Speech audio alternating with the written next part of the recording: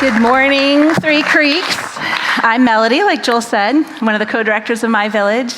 And I've spoken here one time before, and on that occasion, Joel called me Friday night and said, I can't make it back from whatever Joel thing he was doing. And would you speak on Sunday morning, which I was honored to do. And this time he asked me in January, which was almost too much time for me to get in my head about it. I get to speak at a lot of fundraisers and sometimes conferences, but I very rarely get to speak in front of a church, so I'm honored to be with you guys today. We are a ministry, just like we showed in that video, that partners with the local church, and we do what it is that you saw. We partner socially isolated families with the family of Jesus Christ. Because guys, when I walk through something like Shanique is walking through, where maybe I lose a grandma or I have a medical emergency, I don't even have to think twice about who it is that's going to be in my corner. I could pull out like an old school scroll and roll through all of the people that might show up for me. But for somebody like Shanique, she maybe has one or two people, and if they aren't available, she's out. Her list is over. And so when a family goes through a crisis in our city, what My Village does is we find a host family that can care for their kids.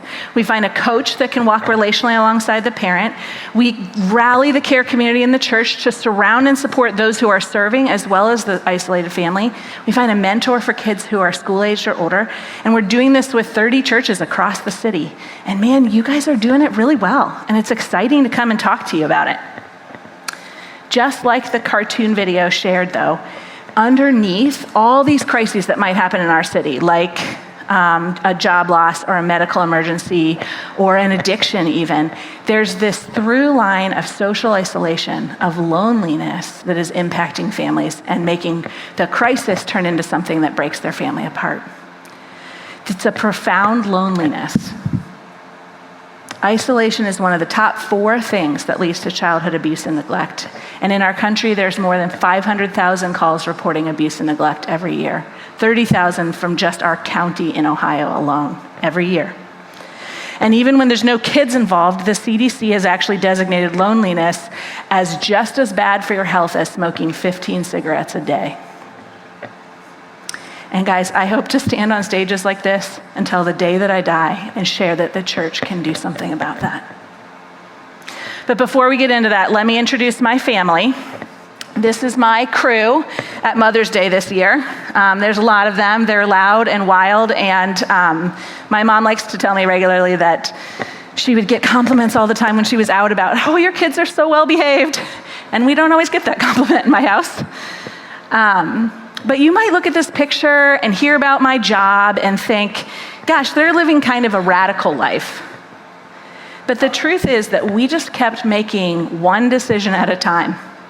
The first time that I served in the pro-life world, I was laying down mulch at a pregnancy center, because that's what they had for me to do. The first time I cared for a single parent was when my cousin's wife left him and he needed somewhere for his son to stay that weekend. So one tiny step of obedience at a time, and by the time you get nice and old like me, it starts to look kind of radical. But when I actually think of living radically for Jesus, I think of my friend Mandy. Mandy grew up in the foster care system and was eventually adopted and has gone on to adopt 15 kids, many of whom have special needs. Her family looks pretty radical to me. And also when I think of living radically, I think of my sister Krista. Krista did not get married and have kids, and instead has lavishly served my family for 2 decades. And when I say that I would not be able to be doing ministry without her, I mean it. She stewarded her singleness well to bless my family and many others. She's living on mission. Okay, let me go back to my family. Things did get a little bit radical eventually, but one thing that we felt God telling us early on is that we were owners of nothing and stewards of everything. And I listened to Joel's message last week. He talked about the same thing. And we did not have a lot of money, and we did not have looks or influence, but what we did have was a family that we could steward. And our family ended up being the best thing we could steward, because we had a mom and a dad, and we taught our kids who Jesus was from before they were even born.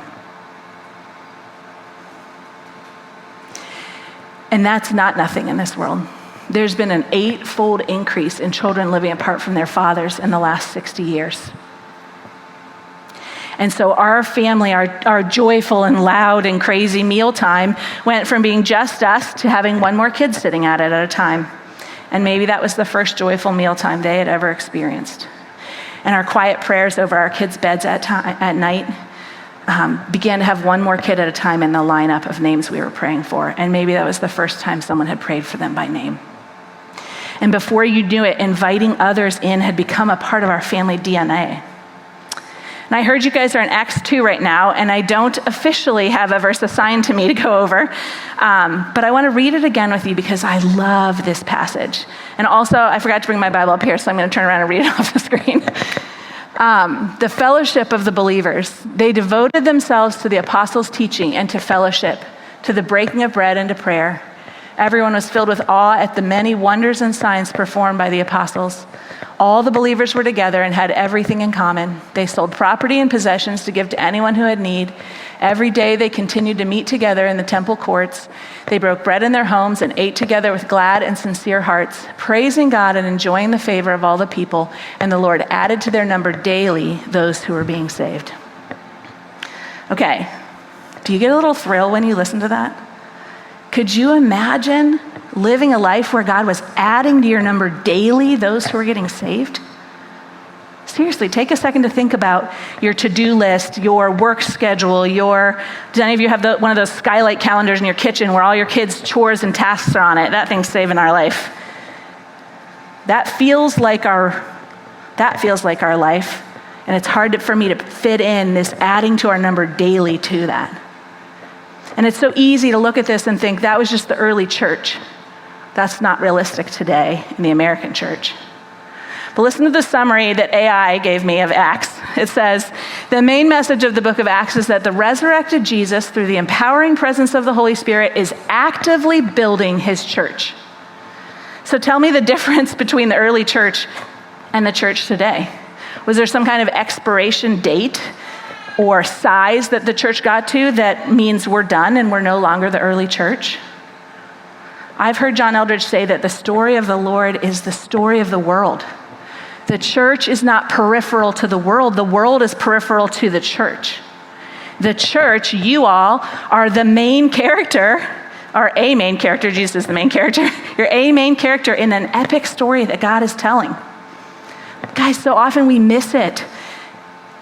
We miss the adventure and we aren't prepared for the attack. Let me put it in some current day terms. We have the World Cup going on right now, which is super exciting. Can you raise your hand if you're watching the World Cup? Are you World Cup people? Pretty small percentage. All right, hopefully this will fly.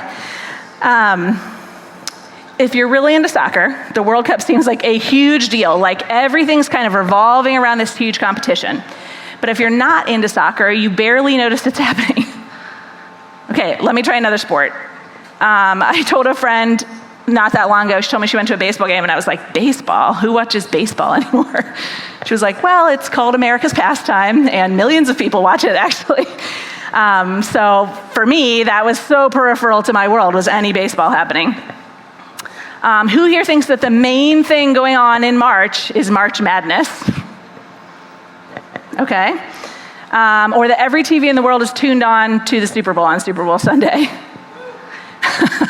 Are there any Olympic fans in the crowd? I love the Olympics. Okay, so here's the real numbers on those sports. March Madness has about 10 to 18 million viewers. The Olympics has 30 million viewers, although I feel like that was the largest portion of this crowd that I saw. The World Series gets 51 million viewers. The Super Bowl gets 125.6 million. And the World Cup has 5 billion people tune in to watch it worldwide. Okay, now let's scan out to the rest of the world. Football, these are the top 5 sports by popularity in the world. Football is the most popular sport in the world. It says on average 3.5 billion fans. Second is cricket, which I don't actually know what that is. Third is field hockey, which I thought was like a high school girls sport only.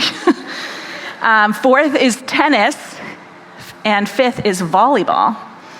Those are worldwide the most popular sports by viewers. In the United States, if we zoom in, American football is the most popular sport. Then basketball, then soccer, and fourth is baseball, America's pastime. Okay, so here's my point. You can make a case that any of these sports is the sport based on your experience, your upbringing, the country you live in, the team your parents liked, and maybe the field you're currently spending your Saturdays on, watching your own kids. And your perspective about that sport will color whether or not you think it is peripheral to the world or the world is peripheral to it. Are you tracking with me? But none of these sports is the story of the world. So when we start talking about the story God is telling in the world around us, we can put on all different lenses and make a case for our story. Well, the story of the world is whether or not we can beat cancer. Or the story of the world is that young people are deconstructing their faith at an alarming rate. Or the story of the world is that we have to win this next election and only my side is the right side. But guys, we don't get to decide what the story of the world is. God is telling the story of his world. God created the world, God sent his son to die for the world, and God called his church, the body of Christ, to go therefore and make disciples of the world. So when the church starts to feel peripheral to the real world, your lens needs cleaning because this is his story and he is telling it. Let me tell you a story from your church that shows me that God's story is the story all around us, even when we don't see it. When I did speak on this stage a few years ago, 1 year ago. I actually have no idea how long ago it was. There was a young woman sitting in the back of the crowd with her 1-year-old daughter. And partway through the message, she stood up and walked out of the room where she bumped into Morgan, Joel's wife, who happened to be late for church that morning and happened to be standing in the middle of the lobby. And as this woman told her this story, this is what Morgan heard. 30 minutes earlier, she had been sitting in her home with a fresh bruise on her face and an abortion pill in her hand. Her daughter played at her feet with her phone, which was not turned off, but the screen was locked. And this woman was thinking about how if she told her boyfriend that she was pregnant, he might kill her. And she looked down at her daughter, and her daughter had unlocked the screen of her phone, opened her web browser, and pulled up a website, the website for Three Creeks Church. And she picked up her daughter and picked up her phone, and she threw away the abortion pill, and she drove here and sat in the back row, where she heard a woman, me, talk about a ministry that helps hurting families like hers.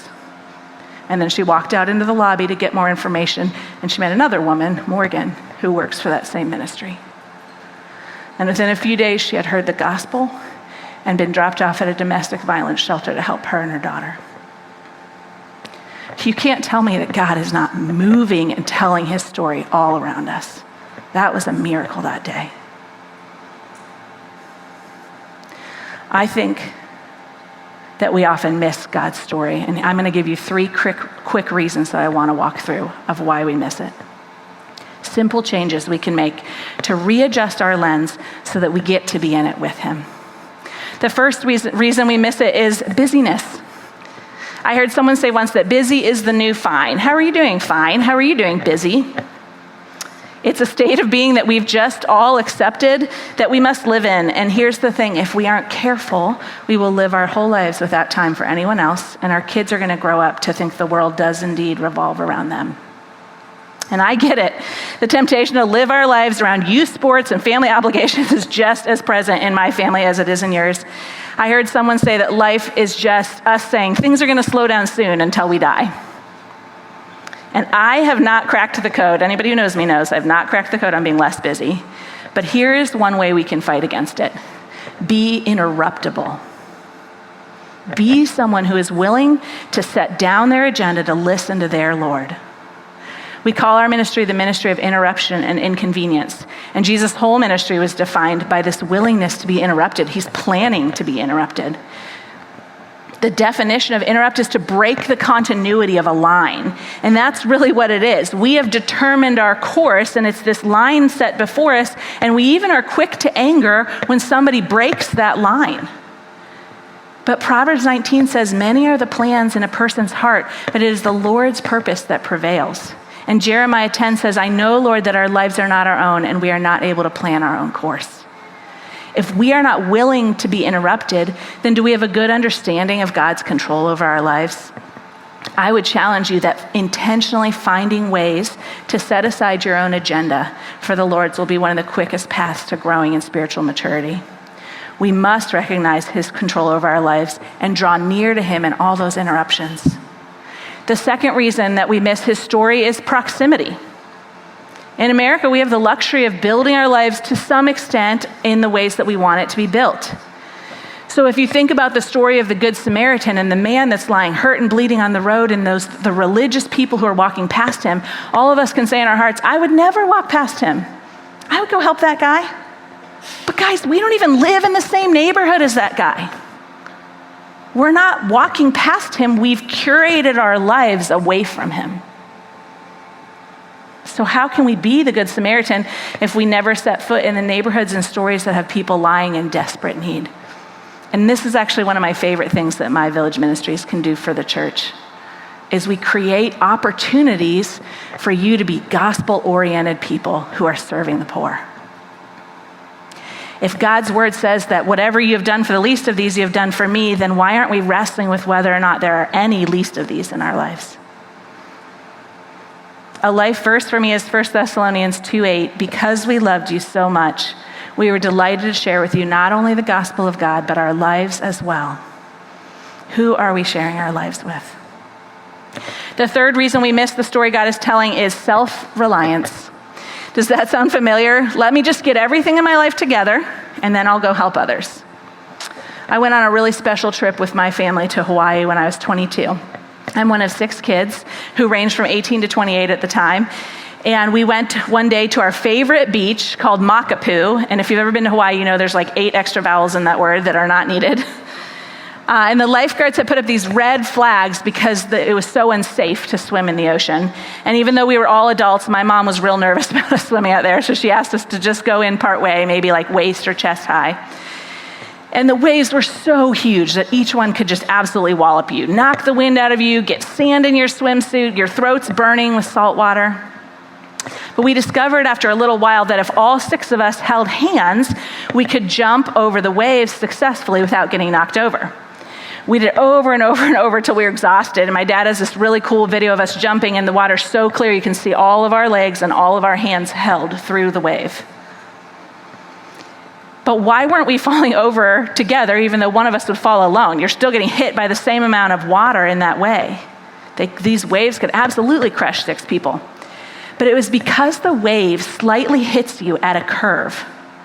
And so it would hit my brother, my oldest brother, who was on the end of the line first, but the rest of the line still had their footing. And then as it moved through the line, through my sister, and then to me, by the time we were getting hit by the wave, my brother had regained his footing. And he could hold those who were being crushed. And so it was a little clunky to hold hands constantly. You had to give up the freedom of your own arms swimming around to catch yourself. But what we lost in freedom, we gained in oneness. And you guys, you're going to walk through seasons where you cannot serve or meet a need, and that's okay. Sometimes you'll be the one that's getting crushed by the wave. Let those who have firm footing hold on to you as a part of the body of Christ. So to fight against those 3 things, we're going to be interruptible. We're going to draw close to the brokenhearted, and we're not going to do it alone. Have you guys seen the movie The Lord of the Rings? Are you a movie church? Some of you, okay. Hopefully you can track with this story.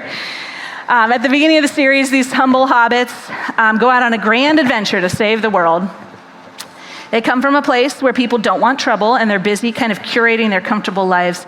But for whatever reason, these hobbits say yes. And for the rest of the 47 hours of the movies, they go through the highs and lows and suffering and wonder of being on this adventure. They achieve heights of glory and depths of shame, and it's hard and it's wonderful, but they're in it. Back in the Shire, if you've seen it, you know what that means.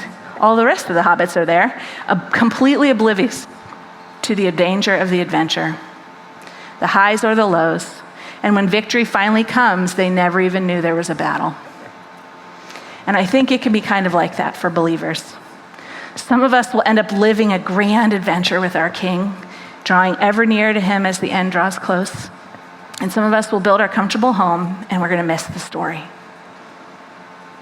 I'm going to tell you one last story about myself before I invite up our ministry lead. And I need some of you to participate in this. It's a story about me 20 years ago when I was 8 months pregnant with our oldest son. And you don't have to do anything weird, but if I point to you, will you just stand up to represent somebody in the story? All right, Kate, will you be me? So 20 years ago, I was pregnant, and I found out that I had something called preeclampsia, which meant that I was going to have to be on bed rest for 4 weeks. And this was pretty devastating news to us at the time because I had an hourly job. We were very poor in my mind. And so I lost all my income because I had to stay home on bed rest. And I also am super extroverted, so I just did not know how I was going to survive being alone all day, every day. And so it felt like a pretty big crisis in my life. But here are some things that I had going for me. Will you stand up behind her? Yep. I'm going to try not to cross gender if possible. So I had a husband, and he went to work every day. And he came home and talked to me about his day and comforted me, and he shared his paycheck with me, even though I'd lost my job. Will you stand up next to her? I had my mom who lived in town, and she got a grocery list from me every week, and she would go and pick up groceries for us. All right, I need 2 women, white-ish dress, and the woman behind her. Okay, my mom and my mother-in-law came to my house once a week and cleaned it during this season. And to this day, it's still the cleanest my house has ever been. Okay, now the gender thing doesn't matter as much. Will you 3 and then you 2 behind them stand up? I had a group of friends that came to my house pretty regularly, and we would play cards and watch TV shows and talk, and they kept me from being as lonely as I thought I would be. All right, all the rest of this row stand up. I had a group of people who put together a meal train for me before and after the baby came so that when I couldn't cook, I was well taken care of. And then the whole row behind them stand up too. There was a group from our church that committed to praying for my family regularly for our finances and for the safety of me and my baby. And so what started out as what felt like a huge crisis in my mind turned into just an opportunity to feel so loved by our community. Man, we looked around after that season and thought, gosh, so many stood with us. It's almost absurd, just like the layers and layers of people who are willing to stand with us. Okay, you guys can sit down. I'm going to tell you guys another story. I'm going to move over here a little bit for this part. Try and stay in the light. Will you stand up? You represent my friend Sarah, who also at 8 months pregnant found out that she was having a health crisis, but hers was a heart defect for her baby that she was carrying. And Sarah had a little girl who was 1 year old, and she knew that once the baby was born, she was going to have a surgery in the hospital for the baby and stay at least a month, and it was kind of a series of escalating crises, and that felt really hard. But here's some of the things that Sarah did have going for her. She had a husband. Will you stand up? She was married, and they had a small group of friends. Will the 4 behind them stand up? They had a small group of friends in the city that they shared, and then finally the 2 behind, Sarah's parents lived in town, and so they had a little bit of support. It was not as big as my group, but it was support. They were not by themselves. But here's what happened. When Sarah found out that she was expecting this baby, it clarified some things in her mind, and she made the brave decision to leave her husband who had been abusing her for a long time. So will you sit down, sir? Also, I am sure that he is a lovely husband, would never do anything, just playing a role. Then Sarah and her husband's friends said, we don't believe you. We're sticking with him. None of us are going to support you. So all 4 of them sat down. And finally, because of Sarah's parents' own struggle with generational poverty and trauma, they said, we don't care if he was hurting you. Shame on you for leaving your husband. We're not going to support you in this. Will you guys sit down? And so Sarah's situation went from a pretty hard trial to a full-blown crisis. Where is she going to live? Who's going to care for her daughter when she delivers? What is she going to do? And guys, if I were to boil down our whole ministry to one word picture, it would be this. Some of you who were standing with me have got to go stand with the Sarahs of the world. Because in our city right now, there is a woman taking an Uber to the hospital and laboring and delivering by herself with no one to hold her hand. It's happening. We've got to see it, and we've got to offer to it what we are carrying so lavishly inside these buildings. You can sit down. Thank you so much. I have the honor now of inviting up one of your ministry leads. You heard from her a minute ago, Brittany. And she's going to share with you how your church is doing this, and you're doing it well. And I'm not sure what God is laying on your hearts as you sit in this room, but I felt really sensitive sharing this message because sometimes it's the very person that is killing themselves for the Lord that thinks, oh, I've got to do more. And please hear me, you do not need to do more. You just need to believe that God's story is the story of the world and start taking those small steps of obedience towards where He is leading you. And I hope you hear in Brittany's testimony that you all are doing that very thing. Thank you.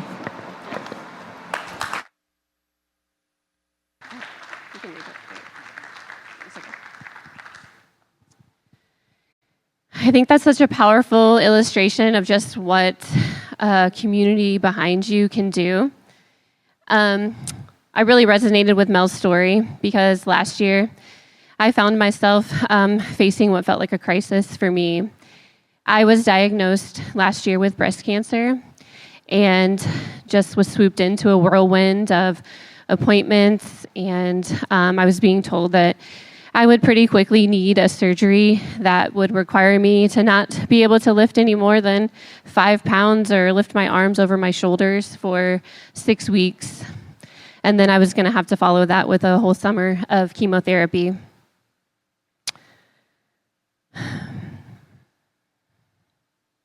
I say we both, my husband and JJ and I, we have 2 boys, and they were 9 and 5 at the time. And I felt like it was going to be really hard to be so limited because I stay at home with them. I take care of them after school, and I'm home with them during the summer. And instead of just facing a cancer diagnosis and going through chemo and surgery and all that came with that, we were just thinking, like, how are we going to get through even just everyday parenting with this? Thankfully, we had family to step in, and they all live out of state, but they traveled to help with those early days of surgery. But what we really weren't prepared for was just how amazing our church family was and how well they really stepped in for us.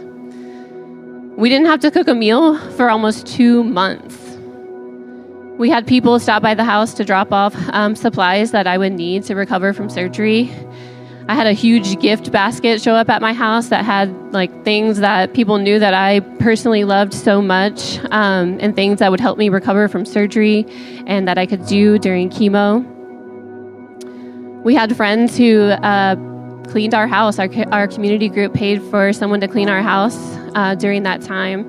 And we had people just pick up our kids from school, drop them off at school, pick them up from camp.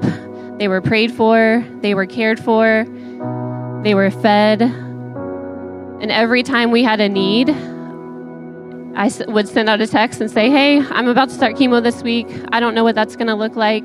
And literally within minutes, people volunteered to pick up my kids every single day. I can't imagine what that time would have looked like without all the church support and the community behind me. It would have felt really isolating. Me and my husband both felt like we just felt so loved during that season. And I really, truly believe that that was just because of the hands and feet of Christ, that so many of you stepped in and helped us and just displayed God's love to us. And I think that that is just part of being the body of Christ and being community. That's how we show God's love to others. Women that walk into my Village Ministries, they don't have that support. They're making the brave decision to come in and ask somebody to care for their children because they're going through a crisis that's making it really hard for them to care for their children. Let's give that gift of the community that I received and give it to those that are in need in our city. I know that maybe not everybody in this church, you might be new or maybe you haven't experienced that community yet, but that is what our church has to offer. We've been in this series in Acts that asks us not to just listen to a message and think, oh, that was interesting, and go home. But we've been challenged to say, what should we do? So how can you get involved in My Village Ministries? Well, the easiest way would be to join our care community.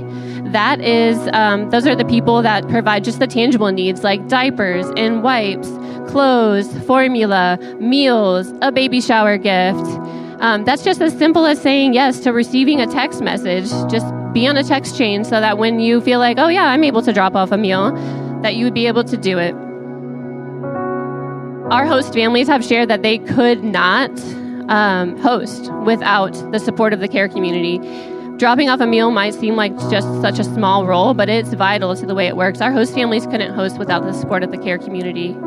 Right now, we have about 50 people on our care community, and I'd really love to double that to 100. If you want to get involved more deeply, we have different roles that you can join in. If you feel really gifted in friendship and encouragement, we really need more coaches that can walk alongside moms who are going through crisis. You're a friend to them, you coach them along, you help them, and MVM provides training for this, so you're not doing it by yourself. If you're really passionate about children, you could become a host family or join the mentorship program. If you are really passionate about the pro-life space, you can sign up to join an expectant mom team and help a mom that's walking through pregnancy. So Three Creeks, what are we going to do about this? Well, I want you to get out your phone right now. No, actually get out your phone. I want everybody to reach down, get out your phone.